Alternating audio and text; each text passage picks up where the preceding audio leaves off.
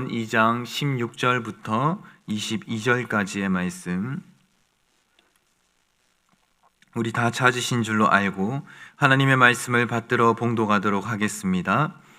지혜가 또 너를 음녀에게서 말로 호리는 이방 계집에게서 구원하리니 그는 젊은 시절의 짝을 버리며 그의 하나님의 언약을 잊어버린 자라. 그의 집은 사망으로 그의 길은 수올로 기울어졌나니 누구든지 그에게로 가는 자는 돌아오지 못하며 또 생명의 길을 얻지 못하느니라. 지혜가 너를 선한 자의 길로 행하게 하며 또 의인의 길로 지키게 하리니 대저 정직한 자는 땅에 거하며 완전한 자는 땅에 남아 있으리라. 그러나 악인은 땅에서 끊어지겠고 간사한 자는 땅에서 뽑히리라. 아멘. 이 새벽에 하나님의 은혜가 충만하기를 소원합니다. 오늘 말씀을 보면 하나님과의 언약을 잊어버리고 어두운 길로 나아간 인생의 한 예가 나타납니다. 우리 잠언 2장 17절 말씀을 함께 읽도록 하겠습니다. 잠언 2장 17절 말씀. 그는 젊은 시절의 짝을 버리며 그의 하나님의 언약을 잊어버린 자라. 우리 말씀 속에 언급되어지는 젊은 시절의 짝을 버린 사람이란 자신에게 아내가 있는데 그 아내를 버리고 다른 여인과 정분이 난 사람을 뜻합니다. 그리고 이 사람은 바로 하나님과의 언약을 잊어버린 자라고 본문은 말씀하고 있습니다. 아내를 버린 것과 하나님의 언약을 잊어버린 것이 동시에 언급되고 있는데 도대체 이 두 가지 사이에 어떤 연관성이 있기에 17절에서는 이 두 가지를 동일시하게 여기고 있을까요? 결혼식을 떠올려 보면서 설명해 나가 보도록 하겠습니다. 우리가 결혼식을 할 때에 가장 중요한 순서는 바로 서로의 손가락에 반지를 끼워주는 장면입니다. 우리가 백년 가약을 맺는다고 표현하지요. 신랑과 신부는 서로의 손가락에 반지를 끼워줌으로 해서 그 평생 함께할 것을 약속하게 됩니다. 또한 두 개가 한 쌍인 이 반지를 서로의 손가락에 하나씩 나눠 끼는 것은 우리가 이 서로 하나가 된 것을 하객들 앞에서 드러내고 약속하게 되는 것입니다. 이처럼 반지에는 약속이라는 의미가 담겨 있습니다. 성경에서도 마찬가지입니다. 우리가 돌아온 탕자의 비유를 생각해 보면 쉽게 이해할 수 있는데, 아버지의 유산을 미리 받아서 허랑방탕한 세월을 보내다가 비참하게 돌아온 탕자는 굶주림에 못 이겨서 아버지의 집으로 돌아가게 됩니다. 탕자는 자신을 아버지에게 아들이 아닌 종의 신분이라도 받아주기만 하면 좋겠다 싶은 마음으로 아버지를 찾아가 만나 뵙게 되지요. 탕자는 아버지 앞에서 이렇게 고백합니다. 아버지의 아들이라 일컬음을 감당하지 못하겠습니다 라고 고백을 합니다. 그때 아버지의 반응이 어떠합니까? 누가복음 15장 22절을 화면을 보시면서 함께 읽도록 하겠습니다. 누가복음 15장 22절 말씀. 아버지는 종들에게 이르되 제일 좋은 옷을 내어다가 입히고 손에 가락지를 끼우고 발에 신을 신기라. 아버지는 아들의 낡은 옷을 벗기고 제일 좋은 옷으로 입힙니다. 그리고 발에 새 신을 신기고 그의 손에 반지를 끼워주게 됩니다. 이 자존감이 낮아질 대로 낮아진 이 둘째 아들에게 너는 나의 변함없는 아들이라는 사실을 이 증거물들을 통해서 약속해 주는 것입니다. 그 약속의 증거 중 하나가 바로 이 손에 끼운 반지인 것입니다. 이처럼 성경 속에서도 반지는 약속의 증거입니다. 우리가 결혼식을 할 때에 나눠 끼는 반지도 약속의 증거이자 하나님 앞에서 언약의 상징이 되는 것입니다. 남자와 여자가 한 몸을 만나서 한 몸을 이루는 창세기의 말씀이 담겨 있고, 또 하나님이 짝지어준 만남을 사람이 나누지 못할 것이라는 신약의 약속의 말씀이 그 반지 안에 언약이 되어서 담겨 있는 것입니다.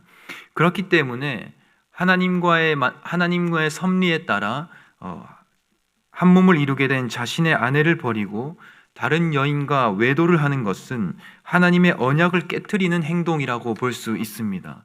본문 잠언 2장 17절 말씀은 이것을 증거하고 있는 것입니다. 잠언 2장 17절 말씀을 함께 보도록 하겠습니다. 잠언 2장 17절 말씀. 그는 젊은 시절의 짝을 버리며 그의 하나님의 언약을 잊어버린 자라.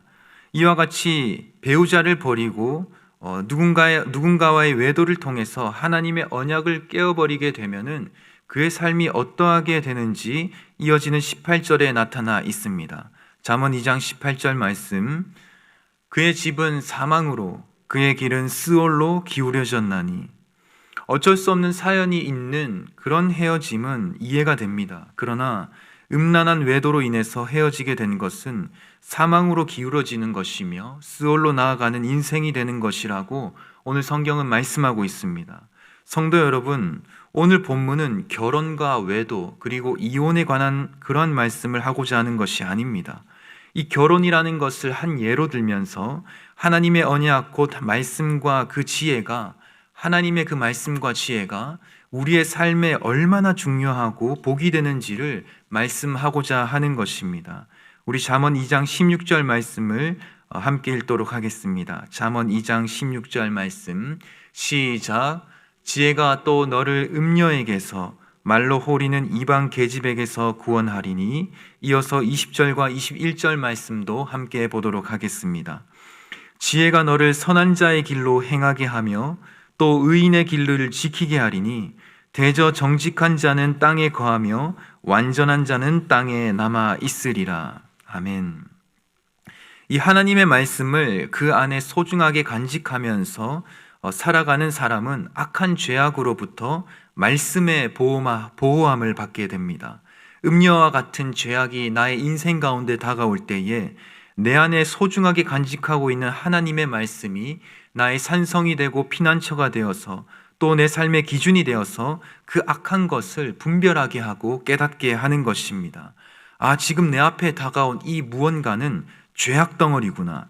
이 죄악을 따라가면은 나의 인생은 수오를 향해서 기울어지는 그러한 비참한 어두운 인생이 되는 것이구나.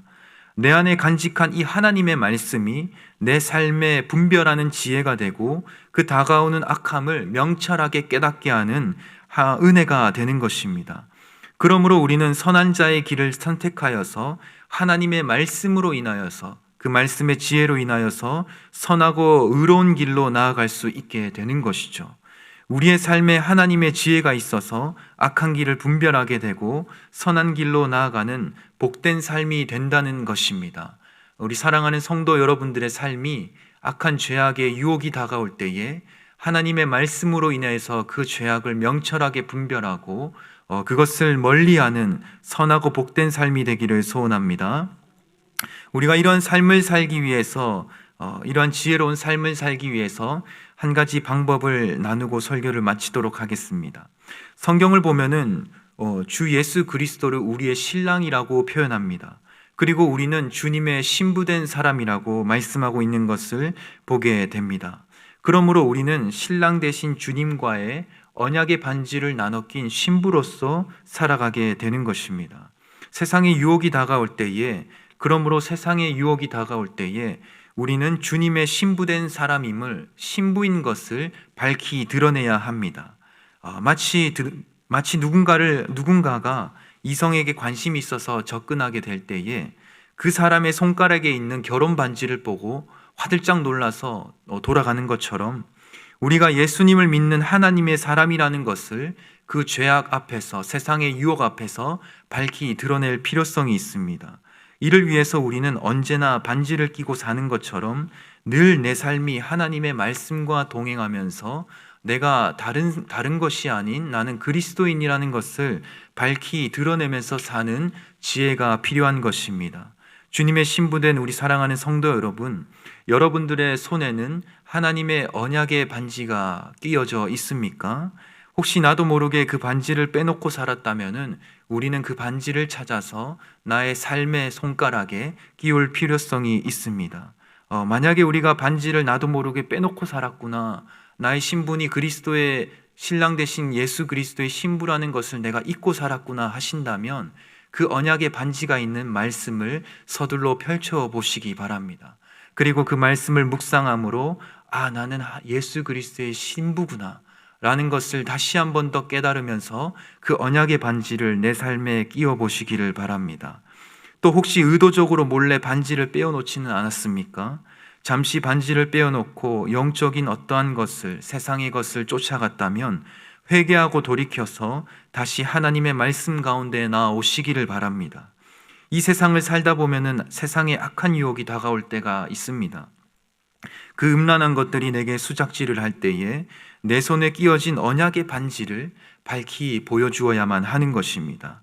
나는 하나님의 말씀을 간직한 사람이요 예수 그리스도의 정결한 신부가 된 사람이며 죄악을 분별할 수 있는, 아무리 세상의 유혹이 다가오고 마귀가 속임수를 쓴다 할지라도 그것을 분별할 수 있는 하나님의 지혜가 있는 사람이라는 것을 가정에서, 직장에서, 일터에서 밝히 선포하여 보시는 것도 굉장히 좋은 은혜의 방법이라 생각이 됩니다.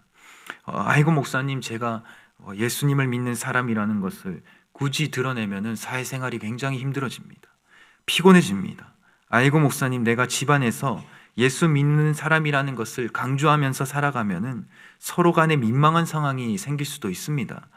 아이고 목사님, 사업을 하다 보면은 예수는 믿는 사람이라는 것이 사실 그렇게 도움이 되지 않을 때가 많습니다. 교회에서는 하나님의 반지를 잠깐 꼈다가 교회 밖에 나가면 하나님의 언약의 반지를 좀 빼놓고 살아도 양해해 주시기 바랍니다. 내 삶에 하나님의 말씀을 제외하고 살다가 교회에서는 주님의 말씀 펼쳐보도록 하겠습니다. 이렇게 생각하시는 성도분들이 물론 없으시겠지만 행여 이러한 마음이 우리 안에 조금이라도 있다면 그것은 잘못된 생각입니다. 사랑하는 성도 여러분, 우리가 예수님의 신부라는 사실을 선포하고 이 세상을 살면서 밝히 드러낸다는 것은 결코 어리석은 일이 아닙니다. 내 삶을 지키는 지혜가 되는 것임을 믿으시기를 바랍니다.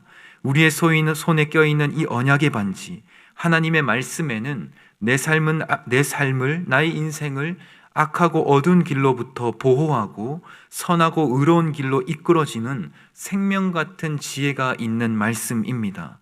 저 예수 믿는 사람입니다. 예수 믿는 하나님의 사람입니다. 라는 이 고백과 선포는 단 몇 마디에 불과할 수 있지만 내 삶을 악한 길로 지켜주는 놀라운 능력과 지혜가 있는 소리인 것을 믿으시기를 바랍니다. 그러므로 늘 주님과 동행하면서 신랑 되신 주님과 친밀하게 살아가는 우리 모두가 되기를 간절히 소원하고 축복합니다. 우리 시간 말씀 붙들고 기도하겠습니다. 이 시간 말씀 붙들고 기도할 때에 하나님, 나의 삶을 이 시간 돌이켜보게 됩니다. 하나님 아버지, 우리는 주님께서는 우리의 신랑이 되시고 우리는 주님의 신부가 된 것을 믿습니다. 하나님, 그러한 구원의 은혜를 받는 그 순간 나의 삶의 손가락에는 하나님의 말씀, 그 언약의 반지가 끼워져 있음을 고백합니다. 하나님, 우리가 늘 말씀과 동행함으로 주님과의 이 결혼의 반지, 하나가 된 이 언약의 반지를 늘 내 삶에 지니고 끼워서 살게 하여 주시옵소서. 이 세상의 유혹이 다가올 때 나는 하나님의 사람이라 예수 그리스도의 정결한 신부라고 고백하며 살아가는 지혜로운 사람들이 다 될 수 있도록 이 시간 주님 앞에 주여 한번 부르짖고 성령 인도하시는 대로 기도하며 나아가겠습니다. 주여!